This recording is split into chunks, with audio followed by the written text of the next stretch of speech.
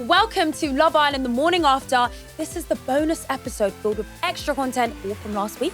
We have got bonus questions from all 4 of our dumped islanders, so we are spoiling you this week. And I'll let you know now, some of them are juicy. Enjoy the episode. Now, girl code has come up a lot this week, and it's such like a big bone of contention in the Love Island sphere. Because obviously, on the outside, you're not going to snog your friends' boyfriends, and you're not going to get to know your friends' boyfriends. Well, they are too. But is that a big part of Love Island life? And does girl code have to sort of like go out the window a little bit in Love Island? I mean, I think essentially yes. Not too much, but yes, because let's throw it to say we're on a summer season where you're not friends and you don't know each other. You are there for love. Friendships are very important, but I think it's just inevitable that in the villa you will end up stepping on each other's toes because there's a finite amount of you guys and we're all here to find a connection. But I do think friendships are really important in the villa. Yeah. And sometimes the friendships are more important than the romantic ones. Yeah. You know, you end up having friends for life. The friendship breakups hurt the most. They hurt the most. I think as well, it's not even like in the sort of romantic getting to know way. It's like, you know, if you split up with someone or someone wrongs you, like you expect your friends to block them, delete them, unfriend them, like walk past them in the street, cross the road to avoid them. And then in Love Island, like they've done that to you and then they're like chilling on a daybed with your mates, having a hug, like supporting them through their hard times. And you're like... No, you need to bear a grudge. It is proper hard. Oh my I gosh. do agree. But then I feel like things blow over quick in there. And like you're forced to get along. You know, even when we look at like Sean and Scott, they're not obviously like boyfriend and girlfriend, whatever, but they're forced to be like, look, we're not going to be mates, but we're going to keep it cordial and we're going to keep it civilized. You have to have some level of civilization in that villa, unfortunately. But it's tough. I also think, in terms of girl code and being in the villa, respect is really important. Yes. Obviously, you're in an abnormal circumstance, but respect is key. I feel like either way, if you're chilling on the daybed with your friend's ex, there's just that mutual respect of like, I'm going on the daybed with so-and-so or whatever. Like, I think if you communicate, things are not that bad. Yeah. But I think when you don't communicate and then you're the friend and you're like, what's she doing? And then it becomes like a bigger beef. So I feel like when it comes to girl code in the villa, I feel like if there's that respect, then surely it's okay. If you sort of had a grudge against everyone that had wronged all of your friends, nobody would ever speak to anyone. Yeah. Charge it to sisterhood. Charge it to the game. Charge it to the game. All Stars is a bit different though because people know each other on the outside. Like we saw literally on day 1, Leanne said that Shaq was no good because she's good friends with Tanya, his ex. And then also Jess said the same about Sean because she's good friends with Matilda, who is Sean's ex. So you do get a little bit more like girl and bro code definitely in All Stars. I guess because they all know each other on the outside, it's too messy. If you actually do date that person, then you go outside and then you have to see the ex. It's like... But also, it's kind of like, I don't know how to describe it. It's kind of like a real statement to like what real life is like. Because it's like, okay, you can acknowledge that, you know, in the All Stars video, you're not going to speak to someone because they're my ex. So it just makes it even more, you know, like in real life, you're not going to speak to someone's ex. Yeah. You know, I think sometimes we watch Love Island Villa and we're like, oh, are they only behaving like that because they're in the villa? But it's like, no, like these are real life morals and rules that you should live by. You know, you shouldn't be dating your friend's exes. It's just not right. It was like last year with, was it Kaz and Casey? When like literally the first night Casey walked into the villa and was like, what up, Love Island? And Kaz was like, you are out of order. You're this, you're that, you're this, like having a proper go at him because of things that had happened on the outside. In which case, I think we need a context sheet. We need to know why they're arguing so we can pick the right side. Yeah, definitely. Talking of Blue, I need to ask, because I've seen loads of stuff online and everyone's very confused. Are you and Blue from last summer cousins? No. Do you know what? He's messaged me actually. He sent me the thing, but no, we're not. We're not. I think we just look kind of similar. I had to check. That's hilarious. When you did your recoupling speech, you were like, you'd obviously just kissed Jess, and then you were like, and she's a great kisser. Was that to add a bit of jeopardy? Was that to add a bit of like, oh, who's it gonna be? Yeah, of course. I was doing a bit of tease, you know what I mean? We were there, like, we were like, oh my God, is he gonna be? It's just like a kiss, that could be her. I can't lie, it was always Mills. Like, but I had to explore that with Jess. But yeah, all right, I did add a little bit of tea on there. It's just a little on the top, you know what I mean? But that isn't it's like me playing the game. Show. It's just been a bit of fun. Like, of course, because, you know, I've watched the show for years as well. well. And you do see those things happen. Like again, on wiping my lips, I was just having a bit of fun with it. You know what I mean? But I felt like that was just fun because it obviously showed I am still really interested in Mills. But then I think from that moment after she found out, like I would have told Mills way earlier about that kiss if I could have. But the girls got there first. So that's not how I work. I would have told her because then it would have been the heat. We could just talk it out, you know what I mean? But then it was made into such a bigger thing again. And then I just constantly felt like I was defending myself. So yeah. Jack, out of curiosity, because obviously Whitney told Jack about what happened and he was basically didn't want to get involved. What did you think about his response? I mean, still, to this day, I haven't seen that conversation. I just kind of heard about it from bits and like I heard bits from Whit and other people. So I think I remember saying that, you know, when you're getting to know someone, you see different sides to them. You see the stuff that you like and maybe the stuff that you're not as much used to or that you have to get used to or that you have to figure out sort of thing. And I feel like they was just figuring it out, but, you know, Jack may not have been able to handle all that Whit is and everything like that. And I feel like Whitney's someone that's going to be like, okay, cool, this is how you are. I accept you for who you are, but I'm also not going to let you talk like that to me. Do you get what I'm saying? To put her in her place, but also be there to comfort her and see past, you know, the strong woman wall that she puts up. But not saying that she's not, but like, Whit is a softie. But like, if you see past that and see she's very sensitive, she's very emotional and that sort of thing, but she puts on the strong character to like protect herself. And only a select people can see past that. And I don't feel like maybe Jack didn't see past that or thought that, wow, it's just getting in drama. And that sort of thing. So I think maybe it could have been more of a time thing to get to know her a bit more. Don't forget to leave us a comment. As you guys know, we read every single one and we've been loving them.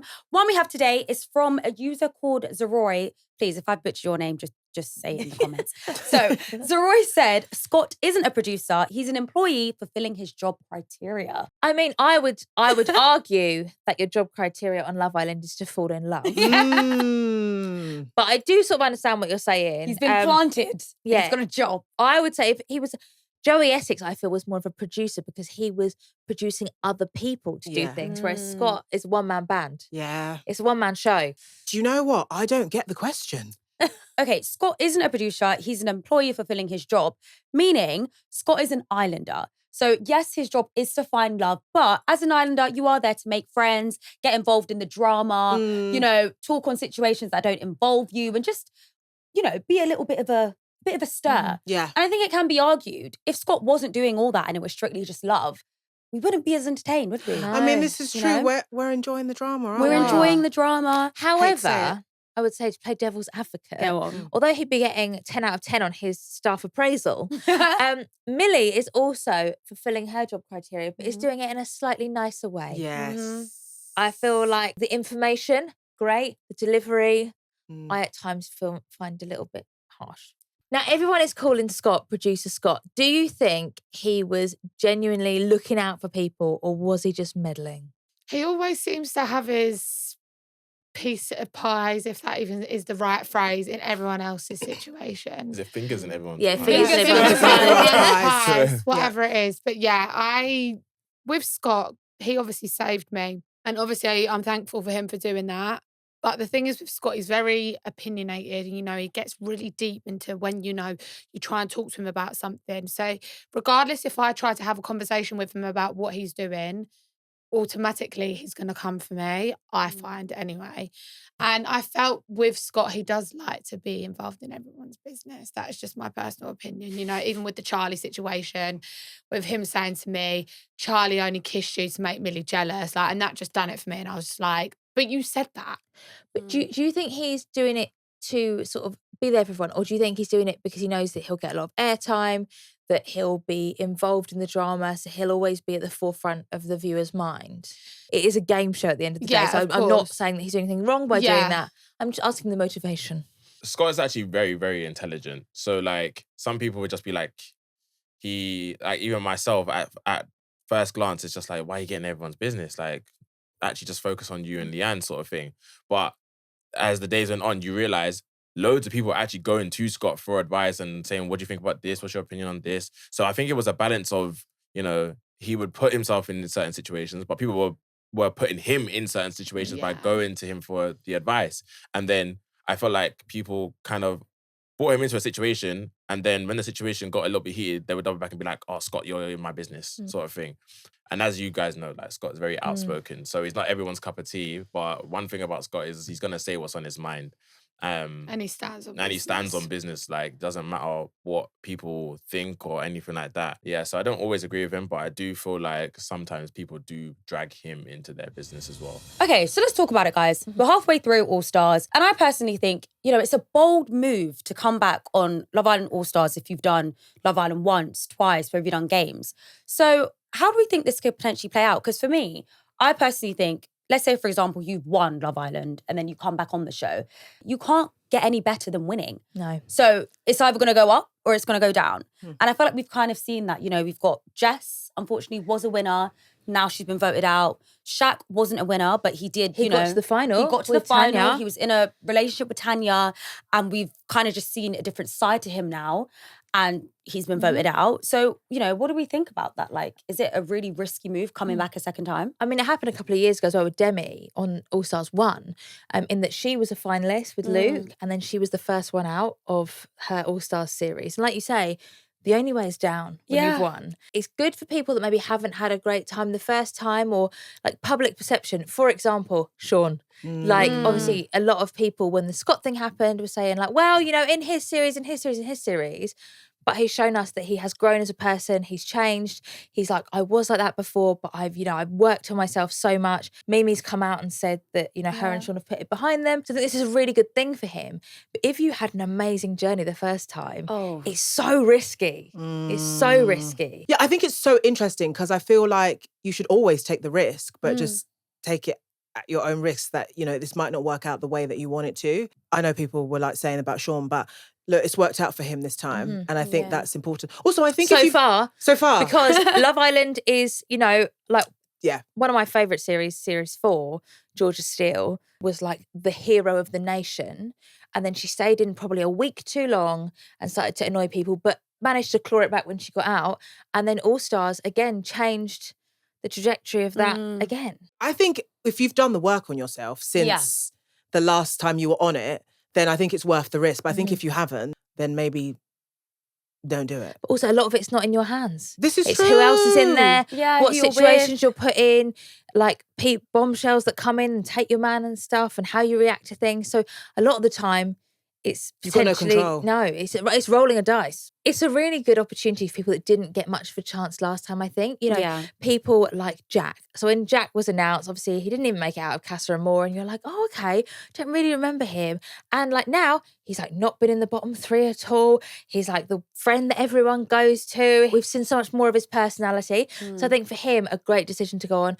AJ, again, like it was nice to see more of her this time, although she still got dumped quite early. It was nice to sort of get to know her a bit more than what we did last time. True. Yeah. I think Sammy as well. Yeah, Sammy last year was literally. literally in 5 days was dealt like not the greatest hand last year. But this year she's been able to come into her own. Now she's been voted favourite girl. Yeah, I mean, Look at that. There's I no feel strong like Whitney and connections. Jack are going Do you think they're going to get back on? I think so. Yeah. I mean, after how Whitney was speaking last night, potentially, but I would prefer Whitney not to because I really don't appreciate how Jack didn't have her back at all. Yeah. This is the thing. I He feel like wasn't maybe liking from the beat. Whitney's side, It wasn't nice. but is it there from Jack's side? Exactly. That's Yeah. the only thing. It has to be a two-way You know street. when you so- I love think who he you is, love, but he is sometimes it's a bit- grafted. To be fair, like, and I feel like there should be a little bit more for Jack from Whitney's side towards Jack as well. I know she has, but I feel like Jack has really stuck it out for the first 3 days at least.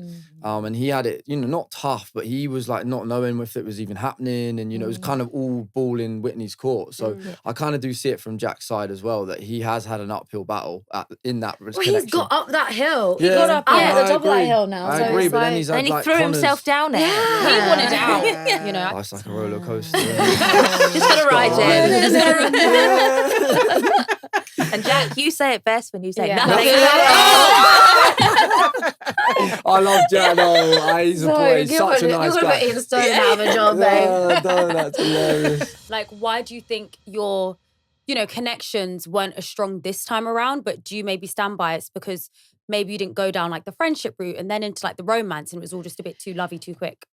For me personally, from like my first series to my second, with my first, I feel like because you have no loyalties to anyone in there. And the aim of the game is to stay in there as long as possible. Yes. Do you know what I mean? Let's all be real, you know? So like the first time it's like, even though you're not forcing these connections, if you feel a vibe there with someone and it's reciprocated, you make it work. Do you know what I mean? Regardless. I feel like you can tell when it doesn't work out, but we actually had a really strong connection, me and Sammy, and we kind of clicked from the get-go. But with the second time round, I just wanted to actually be open and honest and truthful to myself and go in there with that intention. You know, because at the end of the day, if no one's in there for me, they're not in there for me. I'm not just going to coast. You know, I could have gone in there with a game plan, but I feel like my face says it all. You can definitely see my emotions in my facial expression. Let's talk about tests. Because everyone's always talking about they haven't had any tests. We've had lots of tests. We haven't been tested yet. Are they a Love Island thing? Or do you think that relationships on the outside in the real world need to be tested? Because I personally don't. I think if you like someone, you don't need to have like a weird honey trap thing going on to check that you like them. I agree. I don't think tests are really necessary. Like, I think obviously in the Love Island villa, you might be tempted to have this test because you're not in the real world. You actually don't have any attention at all. No mobile phone, no people flirting with you. It's just you and your person, and that's it. So I feel like it kind of maybe comes out of a place of curiosity, you know, thinking of what if, but I don't think it's necessary. But then I think tests can be important because sometimes, you know, you want to know how much this person really cares for you because, you know, we're human beings, right? We get tempted, you know. And anyways, even in real, you know, when you're in the outside world, every relationship has a test. What I don't think is good is like deliberate tests, like honey trapping people and stuff to see like what that person would do if you...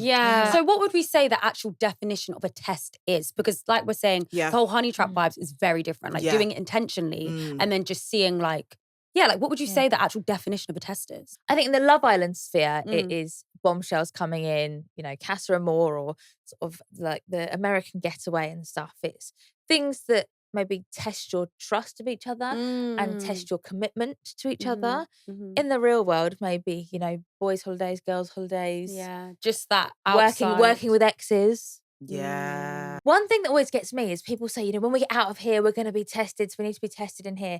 And I think people always think that it's, you know, when you go out, and, you know, you're out on nights out and everyone's throwing themselves at you. But I really don't think that that's the test. I think the test is when you're in the villa, you live together from basically the day you meet.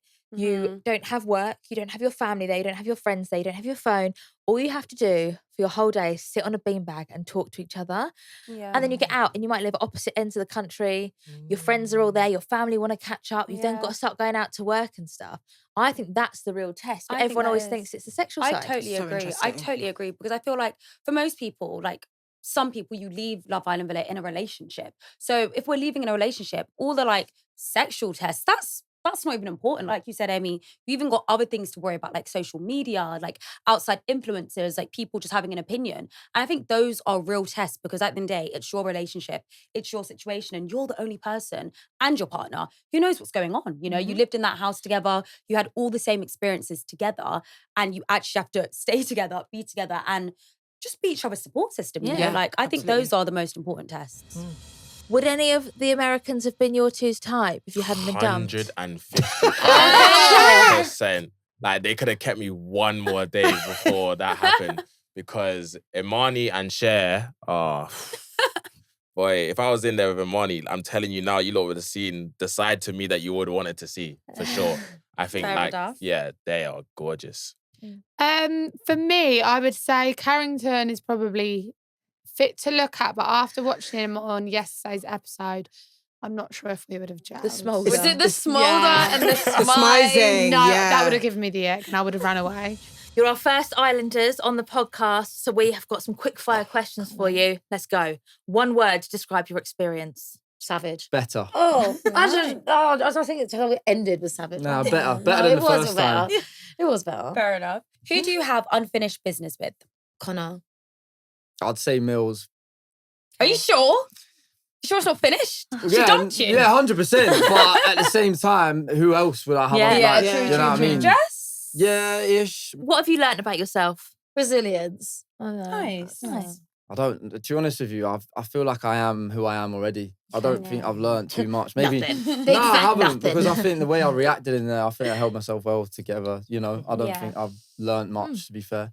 Maybe to Nah, because I don't think I've learned anything, to be honest with you. I would give an answer, but I genuinely don't think I have. What was your best moment?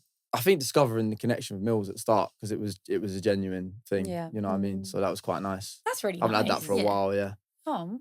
I think just re-entering the villa and just waking up the next day, and it's just such a... Oh, yeah. To be able to relive that again, not many people can say they can do it once, let alone twice. Yeah. So. Coffee in the morning and that view is unreal. Yeah. Like, pinch yourself moments every morning. Yeah, it's nice. Biggest regret? Kissing Jess. Yeah. I was just snogged everyone's faces Biggest off. regret not being there for the snogging challenge. Yeah. Would you ever return to the villa? I would. Yeah, 100%. I mean, there's even the new bombshells that have gone in. Yeah. Yeah. I feel like I've got unfinished business, 100%. I would put Shaq back in his place and then be like, right, I'm coming here for all the other guys I had connections with. Which couples are going to last in the villa? At this moment, none. Yeah, I don't even know what strong It's couples giving there zero are right connection. now. Yeah. It's given... Nah, do you know what? That's why I think Scott was so threatened, because there was a genuine thing there and it got ruined. But yeah, there isn't a connection with anyone in there that I see, now. I think Sammy and Kieran were, but not anymore. Okay, final question. Who is in the villa for the wrong reasons? Scott. I agree. You agree? Yeah. That's it for this week on The Morning After. We'll be back tomorrow with another full episode. And don't forget to leave your comments below if you want us to read out your comments next week on the pod. See you then. Bye.